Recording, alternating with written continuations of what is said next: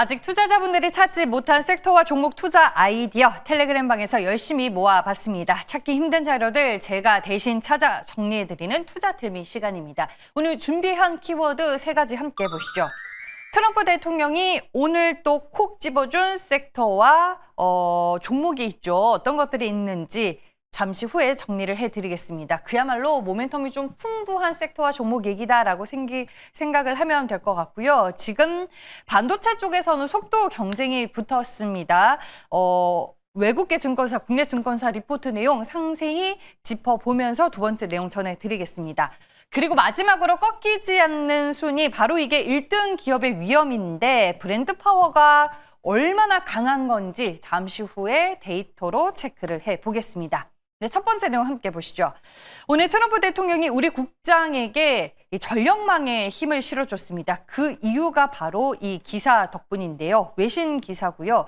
외신에서는 트럼프 대통령이 미국이 AI 경쟁을 주도하고 있고 전기 및 전력의 필요성을 지적했다라는 내용을 다루고 있습니다. 기사 본문 내용 같이 보도록 할게요. 트럼프 대통령이 워싱턴 DC에서 열린 법 집행 기관에서 연설을 통해 우리는 자동차 공장, AI 공장을 건설하고 있으며 그들에게 전력 발전소를 지을 수 있는 권리를 부여하고 있습니다라고 말을 했고요. 미국이 지금 오래된 전력망을 가지고 있어서 중국 AI와 경쟁을 하려면 현재 국가 전체가 보유한 전력보다 더 많은 전력이 필요하다고 덧붙이기도 했습니다. 이를 위해서 트럼프 대통령은 기업들이 자체 발전소를 건설하도록 허용하고 남는 전기를 전력망에 다시 판매할 수 있도록 허용한다라고 언급을 했고, 그래서 건설 중인 모든 대규모 공장들을 석유와 가스를 기반으로 한 자체 전력 발전소를 짓고 있다라고 강조를 하기도 했습니다. 그러니까 이게 무슨 말인고 하면 트럼프 대통령은 AI 기술 육성을 위해서 전력 공급 인프라 강화를 이제 강조를 했는데 재생에너지를 우선적으로 하지는 않을 거고 화석연료 중심의 전력 확대 전략을 취하겠다라고 말한 것으로 요약 정리를 해볼 수 있겠습니다. 여기에서 우리는 투자자 관점에서 아이디어를 얻을 수 있는 섹터, 트럼프 대통령이 그야말로 리딩해준 섹터로는 조선, 전력, 에너지 쪽에서는 LNG와 원자력을 꼽을 수 있겠습니다. 오늘 이 기사와 관련해서 그리고 이 모멘텀과 관련해서 또 여러 텔레그램방에서 많이 언급된 종목이 BHI였습니다. 2분기 실적 잘 나왔고 여기에도 나와 있다시피 지금 LNG와 원전이라는 모멘텀 다 가지고 있고요. 키워드가 HRSG 플랜트 원전입니다. 잘 아시다시피 HRSG 배열 회수 보일러 쪽에서 글로벌 1위 기술력을 보유하고 있는 기업이고요. 어제 20일치 수출 데이터 보여드리면서 HRSG 이쪽 보일러 데이터 견조하게 올라오고 있다라고 언급을 드렸었는데 오늘 시장에서는 LNG와 원전 이 두 가지 모멘텀이 동시에 많은 주목을 받고 있습니다. 신고가 다시 쓰는 흐름 나와줬습니다. 오후장 들어서 앞서서 분봉 보셨죠. 힘을 더 강하게 내주고 있고요. 현재는 무려 두 자릿수의 주가 오름세 기록을 하며 주가는 51,600원을 지나가고 있습니다. 신고가를 경신해 나가고 있는 종목이기 때문에 접근하기에는 다소 부담스러운 자리일 수는 있겠지만 이 종목이 가지고 있는 힘과 모멘텀이 정확히 무엇인지 오늘 이 시간을 통해서 아셨으면 좋겠습니다. 다음 내용 함께 보시죠. 네, 뱅크 오브 아메리카에서 나온 글로벌 메모리 테크 동향에 대해서 같이 짚어보고자 합니다. HBM 경쟁 구도를 이제 키워드로 설명을 하고 있는데 지금 여기는 누가 먼저 HBM4를 양산하냐 이게 문제인데 내년부터 진짜 HBM4 경쟁이 예고가 되고 있습니다. 일단 SK 하이닉스는요, 올해 4분기부터 엔비디아 차세대 GPU 루빈용 조기 양산할 예정이고 삼성은 내년 1, 2분기로 전망이 되고 있습니다. 가격 구조를 보면 초기에는 HBM4가 HBM3E보다 40% 이상 비쌀 것으로 보이고 대량 출하가 시작이 돼도 20% 이상의 프리미엄을 유지할 것으로 예상이 되고 있습니다. 그리고 2027년에는 GPU 메모리 용량이 폭증할 가능성이 높아 공급 부족 가능성도 가격 강세를 이끌 것으로 추정이 되고 있는데요. 한마디로 HBM은 비싸도 팔린다라는 이 구조가 2027년까지 유지가 될 것으로 보입니다. 삼성 측 상황 볼게요. 언론에서는 HBM4 대량 양산 시점으로 올해 말을 추정을 하고 있는데 일단 신빙성이 낮다라고 추측을 하고 있고요. 삼성의 12단 HBM3E 엔비디아 주력 공급망에 아직 못 들어가고 있습니다.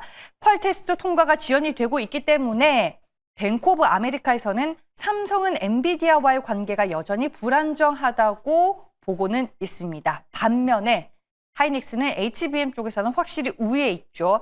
이미 HBM3 2세대부터 엔비디아의 메인 파트너로 자리를 잡았고 HBM4에서도 기술과 생산 측면에서 앞서 나가고 있습니다. 엔비디아 차세대 GPU 루빈에도 최우선으로 공급이 될 예정입니다. 근데 결국에 투자자 관점에서 가장 중요한 건 이게 아닐까 싶습니다. 그래서 하이닉스가 선두고 삼성도 일정 점유율을 확보하면서 이제 따라가고 있는데 HBM은 제로섬이 아니라 같이 커지는 시장이기 때문에 두 메모리 업체 모두 윈윈할 수 있다라고 뱅크 오브 아메리카에서는 얘기를 하고 있습니다. 그리고 오늘 한토증권, 국내 증권사에서 또 관련된 리포트가 같이 나왔더라고요. 결이 비슷합니다. HBM4에 국한이 돼서 이제 얘기를 하고 있는데 지금 CS 일정, 그러니까 양산 직전에 최종 검증 단계 일정은 하이닉스와 마이크론이 9월을 목표로 하고 있고 삼전이 11월인데 삼성전자는 지금 일정을 앞당기려고 노력을 하고 있습니다. 현재 마이크론 같은 경우에는 이 일정이 지연이 될 가능성이 크기 때문에 이렇게 되면은 제1 공급사인 SK 하이닉스가 마이크론의 HBM4 예상 점유율을 더 가져오게 될 가능성이 크다라고 지금 한투증권의 최민숙 위원은 얘기를 하고 있습니다. 그래서 제가 주가 보면서 결론을 내보도록 할게요. 일단 외국계 증권사, 국내 증권사 모두 두 종목 다 좋은데 일단은 SK 하이닉스가 우위인 거는 맞다라고 얘기를 하고 있습니다. 오늘 주가도 상대적으로 흐름이 더 좋네요. 현재도 2%대 장중 강세 흐름 유지를 하며 25만 원 유지를 해 나가고 있고요. 삼성전자 오늘 약간의 부침은 있어 보이지만 그래도 장중 내내 빨간불을 유지하려고 하고 있습니다. 현재 1%에 가까운 오름세를 보여주고 있는데 앞서 말씀드렸다시피 지금 메모리 업황을 봤었을 때 삼전과 하이닉스 모두 다 좋다. 하지만 SK 하이닉스가 조금 더 앞서고 있는 건 맞다. 이렇게 요약을 해드리겠습니다. 마지막 내용 함께 보시죠. 전 세계가 주목을 하고 있는 K뷰티의 무대, 이 아마존 뷰티 인 서울이 9월 19일 금요일에 개최가 된다라는 기사를 이제 제가 오늘을 봤고 그 기사를 보면서 화장품 섹터 다시 한번 우리가 주목해서 모멘텀을 점검해 봐야 될까라는 생각이 들어서 아마존 판매 트렌드를 데이터로 한번 짚어볼까 합니다. 교보증권 권우정 애널의 텔레그램 방에 올라온 그래프입니다. 왼쪽에 보는 이제 그래프가 판매량 추정치고요. 오른쪽 그래프는 아마존 카테고리 랭킹 추정치입니다. 잘 안 보이실 수도 있을 텐데 제 설명을 잘 한번 들어보시길 바랄게요. 지금 아마존의 BNP 부분, 이건 이제 아마존 카테고리 중에 하나인데 한국 화장품 브랜드들이 주로 진출하는 핵심 카테고리입니다. 여기에서 탑 50위 안에 메디큐브 제품이 무려 6개나 있는 게 확인이 되고 있습니다. 대표적으로 PDRN 콜라겐 젤 마스크팩, 제로 포어 패드, 콜라겐 오버나잇 랩픽 팩 등등이 있는데 특히나 PDRN 콜라겐 겔 마스크팩 같은 경우에는 프라임데이 이후에도 판매량과 랭킹이 뚜렷하게 상승을 했습니다. 이 말은 메디큐브의 아마존 내 브랜드 파워를 다시 한번 증명해내고 있다라고 볼 수 있겠고요. 여기에 이제 보시면 히어로 SKU라는 이제 그 단어가 있는데 SKU는 스탁 키핑 유닛의 약자입니다. 그러니까 재고 관리 단위를 말하는 건데 히어로 SKU는 매출을 대표해서 견인하는 히트 상품을 뜻한다라고 이해를 하시면 됩니다.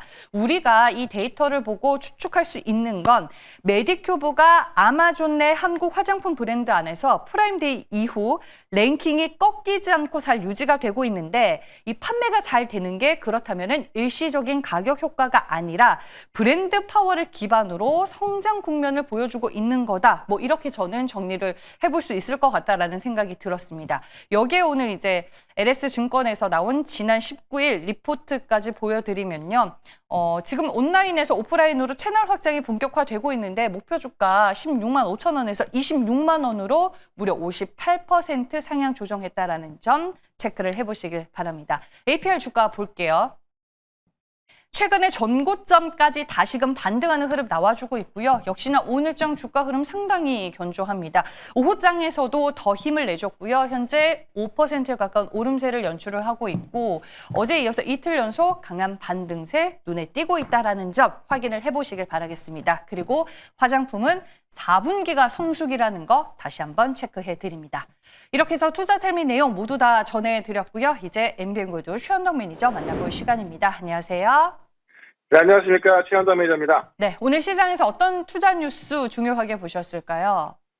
네, 저는 오늘 방산주 좀 말씀을 좀 드리려고 하는데, 방산주가 최근에 하락폭이 좀 깊었죠. 최근에 이제 폴란드 수주 관련해서, 이 어떤 그 금융지원 부분에 있어서 폴란드가 좀 약간 거절을 하면서, 수출 좀 지연된 경우가 있었는데요. 다만 그 부분은, 결국은 이 금융지원 맞추면 수출할 수밖에 없고, 지금의 어떤 지자학적 여건상, 계속해서 수출을 좀 미룰 수 있는 건 아니라서, 시간 문제라 봅니다. 그런 것쯤에 있어서 이제 곧 방산주가 올라갈 거다 보고 있는 건데요. 그에 대한 또 이 촉매가 나오고 있어서, 그 부분을 좀 말씀을 좀 드려볼까 합니다. 일단, 이번 주 월요일까지만 하더라도, 지금 러시아 우크라이나 전쟁이 종식할 수 있다. 막 3자 회담이 있었고, 젤렌스키도, 미국을 방문했고요. 유럽 정상들까지 백악관을 찾으면서, 러시아 우크라이나 어떤, 이 평화협정? 이런 기대가 상당히 컸던 건데, 그 부분이 다시 또 지연되고 있습니다. 그러다 보니까는 트럼프 대통령이, 다시 또 우크라이나에 무기지원하겠다라고 하면서, 우크라이나가 이제 공격을 하지 않으면 승리하기 어렵다라는 식으로 발언을 하고 있죠. 사실 이번에 3대를 만들었던 것도 7월 말에 미국이 우크라이나에 대해 어떤 이 대공미사일까지 지원하면서 어떻게 보면 힘의 균형이 맞아져야 협상이 될 수 있는 건데 힘의 균형이 러시아가 우위했다 보니까는 러시아가 협상 안 하려고 했던 거잖아요. 그래서 그런 부분이 나오고 있어서 아마도 이제 이 방산 쪽에 다시 한번 촉매가 좀 들어가고 있는 것 같고요. 지금 우크라이나에 또 좀 장거리 미사일까지 또 제공이 된다고 한다면은 아마 러시아와 우크라이나에 대한 전쟁도 다시 한번 또 좀 예측할 수 없는 그런 국가를 할 것 같습니다. 그런 관점에서 어쨌든 약간 촉매가 될 수 있다 보고 있고요. 특히나 유럽 같은 경우는 이 반공체계 수요가 폭발하고 있죠. 그러니까 사실 러시아와 우크라이나 전쟁이 끝난다 하더라도 지금 나토 내부에서는 러시아가 곧 5년 동안 또 준비해서 유럽을 공격할 수 있다라고 보고 있기 때문에 사실 러시아 우크라이나 전쟁이 끝난다 하더라도 유럽 입장에서는 다시 또 이 방어를 늘 수밖에 없거든요. 그런 부분에 있어서 수요는 폭발하고 있고 예산도 많이 만들어놔서 예산까지도 있는데 지금 공급을 할 수 없는 그런 부분 때문에 이제 어떤 그 K방산에 대한 공급이 더 주목을 좀 받고 있는 겁니다. 그런 관점에 있어서 방산주가 최근에 조정이 많이 나왔고요. 조정이 많이 나왔기 때문에 이 올라갈 수 있는 그 폭만 하더라도 꽤 크다라고 말씀을 드리면서 이 방산 쪽에서 조만간 곧 수출이 임박할 수 있는 그런 종목 하나를 좀 말씀을 좀 드려보도록 하겠습니다. 방산 쪽에서 기회를 찾자라고 말씀을 해주셨습니다. 그 안에서 어떤 종목 볼까요, 그러면? 네, 현대가가 지금 18만 1,600원인데요. 현대로템을 좀 말씀 좀 드려볼게요. 일단 당장 3대장 하면은 현대로템, LIG 넥스원, 그다음에 하나 에로스페이스가 있는데 그중에 현대로템을 좀 보시면 될 것 같고요. K2 전차 중심으로 수출 확대되고 있죠. 일단 K2 전차가 2008년도에 터키에 기술 수출하고 나서 22년도에 폴란드하고 약 1,000대 규모 공급 계약을 했습니다. 그리고 이제 1차 계약이 180대가 나갔고 얼마 전에 이제 221대의 9조 원 규모의 2차 계약까지 됐죠. 이 추가적인 계약은 계속 나올 수밖에 없을 것 같은데, 그런 부분이 이제 어떻게 보면은, 이 폴란드가 이 금융 지원을 약간 거부하면서, 지원되고 있습니다만은, 다시 한번 나올 거로 보여지고 있고, 특히나 KT 전차는 폴란드뿐만이 아니라, 지금 유럽과 또 중동까지도 계속해서 이제, 수주 기대감이 있는 부분인데, 가성비에서는 또 최고라고 합니다. 일단, 독일의 전차, 미국 전차와 비교했을 때, 성능이 우수하다라는 건데, 일단 납기 같은 경우도 신속하게 납기 경쟁을 좀 갖고 있고, 또 이 가격 같은 경우도, 거의 반값 수준으로, 가성비에서는 이 KX 전차를 이길 수 없다라고 평가가 되고 있죠. 일단 1,500마력의 어떤 고출력 엔진을 탑재해서 이 기동력까지 뛰어다니는 평가를 받고 있어서, 이 현대로템은 조만간 또 이 수출에 대한 어떤 모멘텀이 들어가지 않을까 합니다. 그런 관점에서 현대로템을 좀 보자라고 말씀드리면서 일단 목표가는 22만 원, 손절가 16만 원 말씀을 드려보겠습니다. 네, 알겠습니다. 오늘도 시장에서는 원전주에 또 많은 관심을 보이고 있습니다. 두산 에너빌리티 리뷰와 함께 무방 일정 들으면서 마무리할게요.